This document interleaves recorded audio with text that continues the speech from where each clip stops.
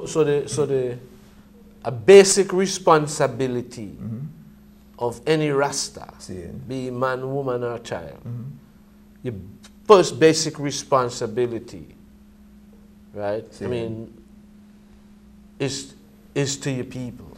Definitely. You see? You owe the people that obligation in the sense that, say for instance, you're educated then, to the top, PhD, professor.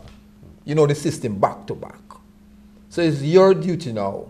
You can work for the system to acquire the wealth, you know, but from that wealth, you have to give a percentage back to your people all the time to bring your people to another level of awareness. Because maybe due to your brilliance, what come to you from the ancestors, you can have it all for yourself. Well, I think it's necessary to, I think, you know, it's all I and I responsibility to make sure that it's set up in such a way that the West Indies and America doesn't exist for us anymore. Yes. And that ain't no dream, man. You know, I don't see it as no dream because I know, you know, when we go to the grocery store, we medical or whatever, you know, the man who is not or the woman who is not a Rasta, we go through the same things with them, you know, the same kind of political and economic situation. Of course. You see? So it's for we as Rasta to engage in community development, in community works that enhance and better and edify I people. I agree, because if ideas and concepts, the concept come out of I. Say spring water. In Jamaica, going to spring, buckets and bash. Why you go poisoning? The water not purified, you go dead. Can't live, that water not clean. Look on the shelf now. The amount of spring water on the shelf, and none of I do have a label owning that. Well, recently there's a brother down there, I think in North Carolina, who actually have bottling a bottled water. Well, not about, I don't know about the bottling plant, but I know I've seen some bottled water, say jar water. And I don't know if it's still, you know, how it progresses as a business. You know, I don't know. You know, I mean, but I think it's, you know, it's a great idea that, you know, to support, if we can afford to support it from far, and what, you know, what is economically, whether it's feasible or how that works. But the thing is, one of the things we don't control, we own economy. That's it. You see, we don't control that. And you'll find a lot of people, oh yeah, you know, I mean, in the island, man, both of we come from the Caribbean, you know, and we know Caribbean people stay. See, we know how they stay. It's like, you know, they're gullible. But another thing, you know what I'm saying? What we have to look at, the words take unto itself flesh. And reality is coming, our thoughts manifest into actions and things that you can feel, you can physically see. Right. See? And when we say ITAL then, healthy living. So you can't eat greens, you can't eat that. You go sick, pour blood, you can get weak. Right. Check the stores now, how many health food stores are there, because they realize that the basic diet kills.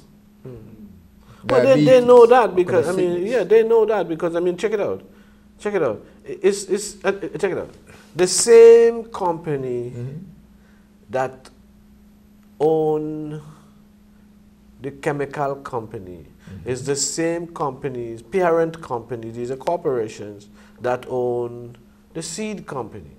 And the same company owns the farming community, and the same company owns the distribution community. Wouldn't it be possible that the same company owns the medical company, the drug and the pharmaceutical company? So what they do is they get this dangerous plan, man, of elimination. This is genocide, and if you know, this is genocide of the darker peoples of the earth. As I say, wherever you go, you see them. Yeah. So when we identify that problem, I would say African people have conscious minds. Whatever wealth you have, freedom fighters. Yeah. Pool that wealth. So you have stronger purchasing power, which is what you really want. And with that purchasing power, you can be a challenge to the system. Oh, they don't want that. So the thing is to make our people realize that money in the bank, yes, is yours. But if something go down, how much of that money you can still get from that same bank? But who bank? And whose bank?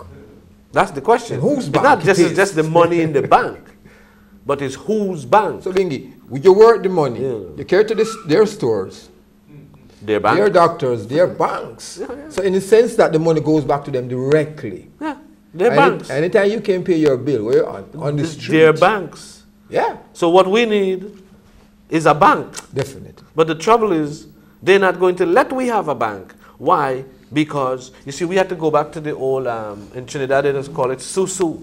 Okay, I know. And I was telling you about that, susu. Where every week, so, you know, The everybody village put, bank. everybody put in a little money, and if it's John time, if it's your time, you get yours. But it might, so everybody have the some. village bank or the partner It looked system. like we might have to go back to that, boy. So you keep the money in the system, circle it around your own people. Yeah, keep it in the community, and see, you see, and see what is good. But no, you see, that's a whole thing, because then that would require we to have technical skills. That would require we to also have to learn how to make and produce stuff. That's not hard. No, it's not hard. It's not hard. But how much are we really want to do that when it's easier? It's less headache. Them say it's less headache to get up and go to work. Go to 9 to 5. But here what's happening. That's more headache than owning your own business. Okay, technically. Yeah. Because then because I own you. See. I own your housing. I own your food and your clothes and your shelter. I own your money. I own your I own everything that you have. So if you don't go to work, you have a headache now. That's true. Because then my bank is going to call you. Or then you can't see You're in my debt. doctors. Right. Your benefits cut. Exactly. So over here, this is hell. I know. This is hell. So This therefore, is pure the hell. question is, since you identify the hell, are African people prepared to get out of that hell? What plans And are go they where? making? To another hell? No. Or we would rather go to that hell because Which is our hell. that's our hell. So we could bust up over there and chase them out. Yeah, because that's our place. Yeah. That is a real challenge. Yeah. Because you cannot, okay, you say, repatriation then. You figure that's why the AU doesn't want to entertain repatriation? I think so. Yeah, because they know if they figure if we come over there, we will make too much trouble, huh? Yeah. Try to straighten up things. Try to set the record straight. What trouble? What, help you build schools? Help you put up factories? And empower your own people. That's trouble. So David over there is going to whisper in one of them ears and say, if you don't follow the instruction, we're going to have the IMF not, you know, we're going to call, your aid. No, we're going to call out, we're going to call in the debt. That's true. So because them fellas over there, them fellas up to their eyeball in debt, you know. Of course. So they better do.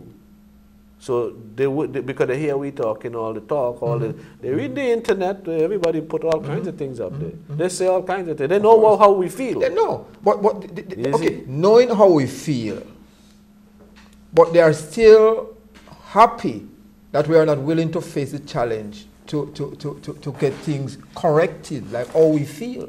Yeah. I see it? Because you know the enemy is there. But to formulate the strategies to win the battle, can't take you alone. No, can't take one. But when you say, okay, let's discuss the matter, I say, no, not me, I'm comfortable, I'm all right. My loan is paid, my children can get a scholarship, go to school, I have contacts within the system, I can move up. And who is willing to help this struggle? They are so poor